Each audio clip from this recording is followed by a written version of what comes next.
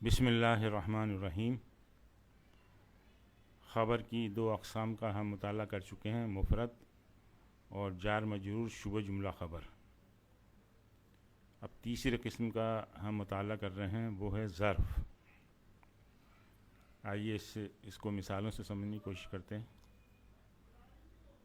الجنت تحت اقدام الامہات، یہاں الجنت مبتدا ہے اور تحت ظرف ہے، شبہ جملہ خبر۔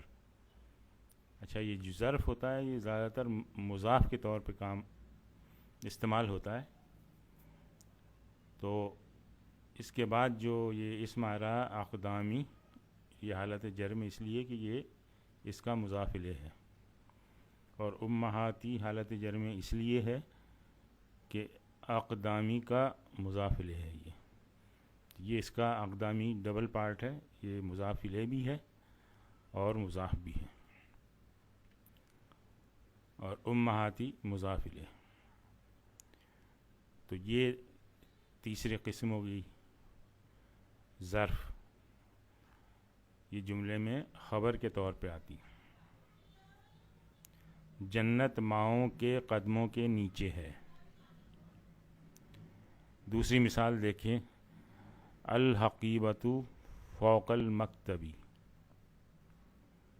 الحقیبۃ مبتدا ہے، فوق ظرف شبہ جملہ خبر، اور چونکہ یہ مضاف کے طور پہ استعمال ہوتا ہے تو المکتبی مضاف الیہ۔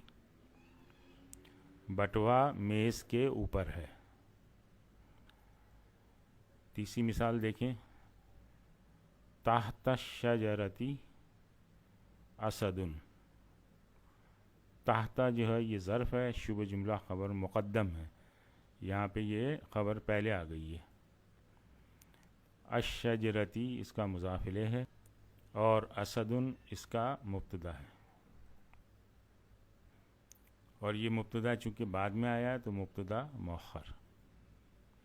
درخت کے نیچے شیر ہے۔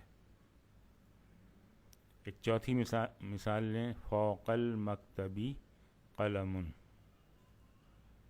فوق ظرف شبہ جملہ خبر، یہ بھی مقدم ہے، المکتبی مضاف الیہ، اور قلم مبتدا مؤخر۔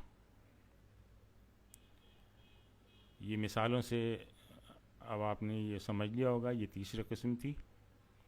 آج ہم یہیں پہ اکتفا کرتے ہیں۔ سبحانک اللہم و بحمدک، نشہد ان لا الہ الا انت، نستغفرک و نتوب الیک۔